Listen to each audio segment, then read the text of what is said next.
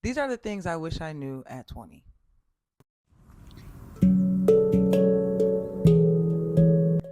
All right, y'all. I am 25 years old. I'm actually about to be 26. My birthday is in April. It's at the end of April. It's the end of March. So my birthday's in a month. Less than a month. I'm about to be 26. But I've been thinking, I've been doing some reflection. I'm always reflecting. But in one of my recent reflections this morning, I was thinking, with everything that I've experienced, all of these different transitions, I'm finally about to get out of this motel and get into an apartment. If you missed my last video talking about my forced reset, the whole eviction, my health scare, all of that, please feel free and go back, check it out. And I go a bit in depth about that whole situation. I'm just thinking about my life right now. I'm just thinking through with all of my situations and all that I've experienced, and it's like, wow, I have really grown. I have really changed. And here are some things that genuinely, at the beginning of my adulthood, if I would have came into my adulthood, if I would have entered 20, the real world, with these understandings, with these concepts, I would have been so much better off. I would have experienced so much more peace, so much more clarity. I would have been so much more confident in like who I was. Like, uh, let's get to it. And this is really in no order or anything like that. This is just some of the things that like genuinely I feel like, let me say this. I guess it's more, these are like the biggest pieces where I feel like I've changed a lot, or I feel like there's a lot of development forming. You get what I'm saying. You get what I'm saying. And if you don't get it, then why are you here? I don't know. Okay, no, stop playing. Be for real. Like, actually be serious. The first thing I wish I knew at 20 was to stop taking the easy way out. Stop looking for shortcuts. That's the first thing. I don't know. I don't know who taught me this. I don't know where this mentality comes from. I think it's also more of like a societal issue. Like if you've heard the term like microwave society, like that has been a huge thing with like our generation. It just feels like everything happens so quickly.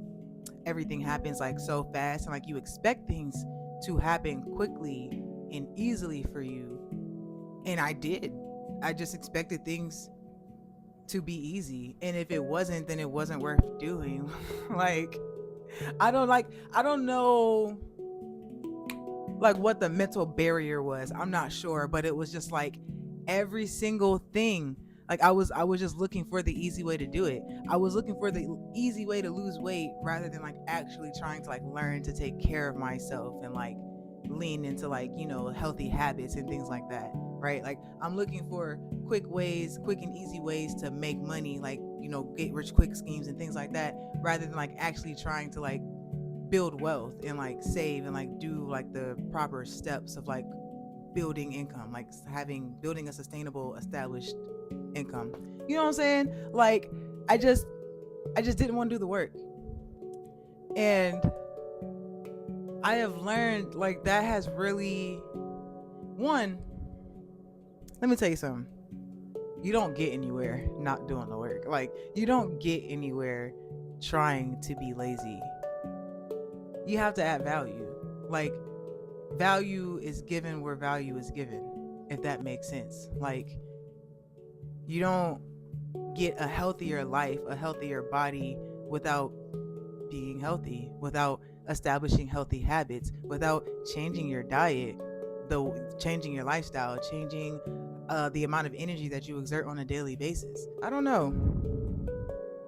I don't know if I'm saying that right, but like that was a huge thing for me at 20, was I was constantly just looking for the easy things to do. And I was like, if it got too hard, I just didn't do it. I just stopped doing it. There's so many things that like it's just like, oh, I didn't think it was going to be this hard. Oh, I don't want to do it anymore. Like it just wasn't for me. And honestly, that leads to the next point, which is follow through. I did not have follow through. Like I would start and stop so many things. And I don't think that's necessarily, here's the thing. There is nothing wrong with dabbling. there's nothing wrong with trying new things and just seeing how you like it, right? But there is a difference in having a habitual pattern of not finishing what you start. And I had a habitual pattern of not finishing what I started. Like, it just, if it turned out to be not as easy as I thought it was going to be, like I just said, or if it was just like any type of hiccup that I wasn't anticipating, or like I feel like it took me off of like the original goal, I just stopped. Like I gave up a lot too. Like I gave up a lot on a lot of things. Honestly, like and that's been something that I've struggled with kind of my whole life, is like having a growth mindset. That's something that's very new for me. Very new for me. I didn't grow up with a growth mindset. I was naturally gifted at a lot of things. And the things that I wasn't. And that was it. I was good at what I was good at, and I wasn't good at what I wasn't good at. And that was it. There was no like, well, I could get better. No. I'm not good at that. This is what I do. I'm good here. Like, I'm good over here. So there was a lot of things that like I really would just start and stop. I can't tell you how many business endeavors I've tried to pursue. I can't tell you how many like projects, any like DIY projects, just like anything, like quite literally anything. I joined a book club and didn't show up. I joined a book club and never read the fucking book. Like, follow through. That's the whole point. If here's the thing, if it's not worth being consistent in, and that's only something that you can decide for yourself, if it's not worth it to you to be consistent in doing it, don't start it.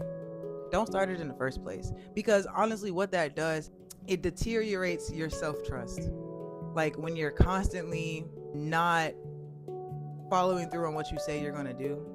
Like you say you're going to do something, you say you're going to like lose the weight, but then like you don't even like ever do any of the things that you're supposed to be doing because you're looking for the easy way out, and you're not following through on the things that you're supposed to be doing because it's too hard, or you're not really that good at it, or whatever the fuck.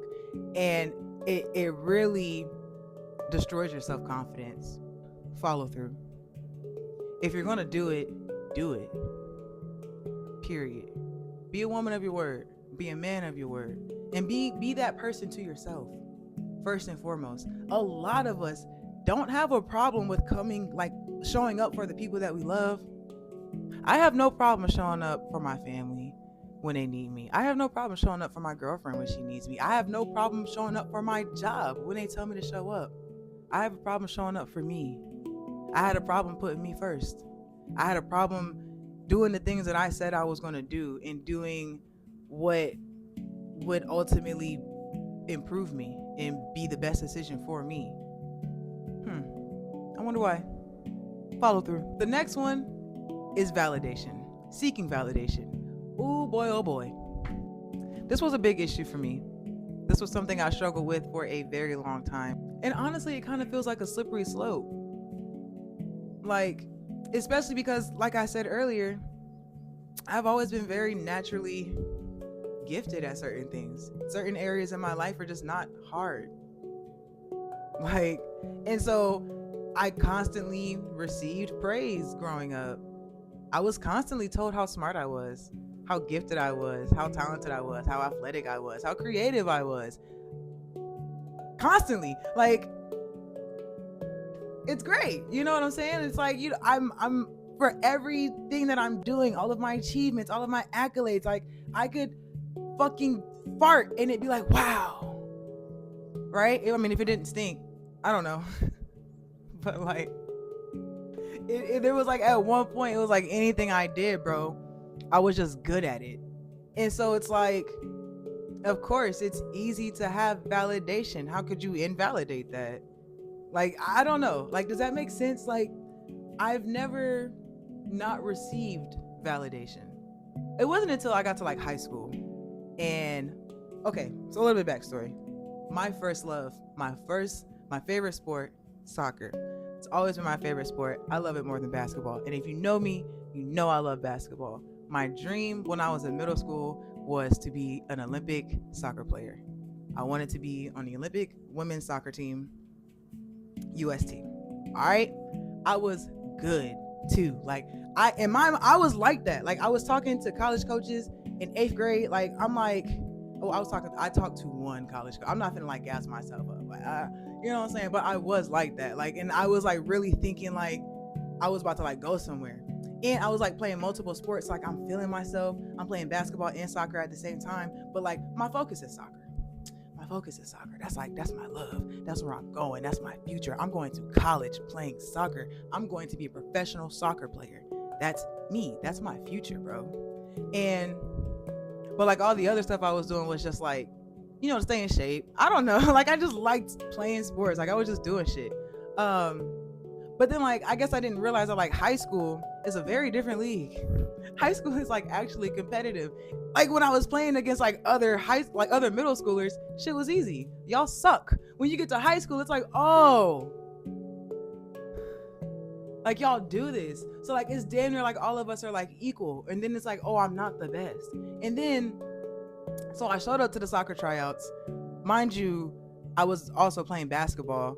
Basketball season ends right before soccer season starts. So I'm showing up for tryouts, but they had already had, you know, their preseason workouts, all of that going on. I'm on the basketball team, so I wasn't going to any of them.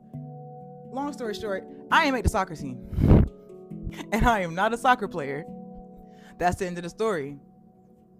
Like, I had a very fixed mindset. I was like, oh, I don't play soccer anymore. Like, that's the end of my career. Like, oh, I'm not good enough. Like, that's crazy. What? And so that was like the first experience I had of like kind of not being good at something or feeling like I wasn't good at something or feeling like I didn't like make the mark. Like I didn't hit the mark right. And I don't know, that was when like I just kind of like, in my mind, that meant, okay, only pursue the things that you're good at. Like, and really lean into those things that you are superb at. And that's a problem, right? Especially because all of that is rooted in the fact that someone is telling me that I'm good at it. Someone is telling me that I'm good enough at it to be doing it. And that's seeking validation. And you shouldn't be doing that. You don't need permission to be. You don't need permission to exist. You don't need permission to try that new thing. You don't need permission to move to that new city. You don't need permission to apply to that new job. You don't need permission. You don't. If you think it's a good idea, if it feels right to you, if it makes sense to you, if all of the things are adding up for you to say yes, then who's to say no? You don't need validation. You don't need approval from anyone. And I think I would also say, even having someone's validation should not fuel you. Like having validation from someone should not be a fuel for you. Because ultimately, nobody knows your purpose. Nobody knows where you're going. Nobody knows you like you know you. Nobody knows what you need like you know what you need. And you can take different opinions into consideration, of course. But you don't need permission. You don't need someone to say, oh, that's a good idea. You should think it's a good enough idea for you to do it. And if you don't pursue it, because you're not going to follow through and you're not going to be consistent. The next one is community. This one was hard for me. For so long, for my entire life, I really labeled myself as an introvert. And I do enjoy my alone time. I really do enjoy personal space. I really like to sit in silence. I really like to be away from people. But I realized that me labeling myself as an introvert was honestly a defense mechanism. I'm not an introvert. I'm really not. And like it took me 24 years to realize that. Like I just realized a few months ago, like maybe a year ago, that like, oh, I'm kind of extroverted. I kind of like talking to people. This is fun. I want to go out. That's weird as shit. Like literally, not when I was 20. That was the scariest thing of my life. I hated being seen. I hated being talked to. I hated talking to people. And honestly, it was really just fear. It was fear of not being accepted. It was fear because I really ultimately didn't accept myself. It was really just a lot of fear and anxiety. My whole point here, community and friendship, is that you're not an island. This human experience, everything that you go through, you don't have to go through it alone, good or bad. You don't have to experience anything alone. You can have people in your corner who love and support you, and who will celebrate your wins like it's their wins, and who will help you get through your tragedies as if it was their own, and will be there for you, and will love and support you. And I think for so long I was so afraid to allow people to get near me, because I don't know, I kind of almost felt like if you know too much about me, you could use it against me. Like it felt almost unsafe to let people in. And that's still something that I'm working through. Like that's still a personal struggle of mine. Like this, I'm working on it.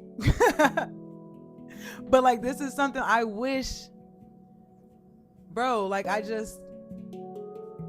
having people makes a difference. Like not even necessarily just like having like a shoulder to cry on, because I'm not necessarily the spill your guts, cry on your shoulder type.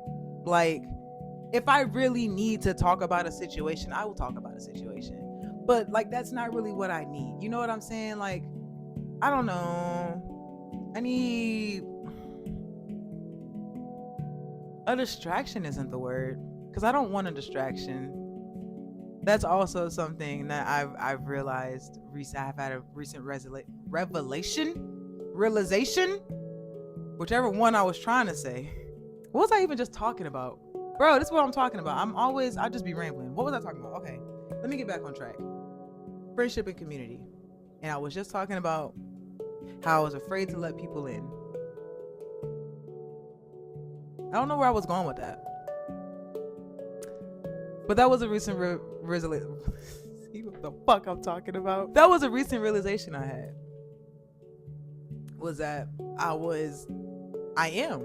I'm not gonna say was. This is something I'm still struggling with. I am afraid to let people in.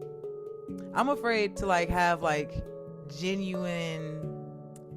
I don't want to say genuine relationships, because that's what I desire. But it's like I don't want that too soon, because you can't trust everyone. Like everyone doesn't need to have access to all parts of you as soon as they meet you. I feel like that's inappropriate regardless. I don't know, but like it's hard. It is. But community makes a difference. Being able to rely on your community, being able to just have people that you can hang out with, have a good time with, people that see you, people that make you feel seen and make you feel heard, people that love on you, people that cherish you, people that challenge you and challenge your beliefs and thinkings, while also treating that with care and love, and also like challenging you to grow, but also accepting all parts of you. Like, and I know that sounds like really hard to some people, and that sounds very complex, or to some people not even a thing. Like that doesn't exist for some people. I'm telling you, it does. You will find genuine people. That's it. That's it. Just don't be afraid. I guess that's the whole point. Don't be afraid of relationships. Don't be afraid of getting close to people, even if it doesn't end well. I've had many of friendships just this past year that did not end well. In fact, blew up, if you will. And that's okay. It didn't work out. I wish it did, but it didn't. And I'll find more relationships and more friends, and we'll see how those go and evolve. But honestly, even with those failed friendships, I'm glad that I had them. Because even in the moments where we were friends, like, I think back to those moments and I'm glad they were there. Ultimately, I'm glad I had them there. Fuck that bitch now. Fuck that bitch now. But like, damn, I'm really glad she was there for me in that moment. I'm really glad I could be there for her in that moment. Wow, I'm really glad we went out and did that. We had a lot of fun. Like, don't discount those interactions, those experiences. Don't do that. You're hurting yourself by not allowing people in. Yeah. And lastly, give yourself grace. You gotta give yourself grace. You know, I was actually I found this old notebook, right? Just a bunch of pages of writing or whatever. It's an old notebook. I have a bunch of old notebooks that I keep losing and refinding, and I don't know what my problem is with notebooks. But it's like, that's where like I do my reflections and I write my notes, and like when I read and study, that's like I write all my notes in a little handy dandy notebook. I lost my other one, don't know where it went, found this one and found a bunch of old notes in it. And it's crazy. And one of the things that I wrote down such a long time ago, and I'll probably make a whole separate video about it, was just stuff about like how I am so hard on myself. I've always been so hard on myself. You don't need to be hard on yourself. First of all, the world is hard enough on you. Everybody else gonna criticize you and critique you. Why do you need to do it? I don't know. But I don't know, that just popped in my head.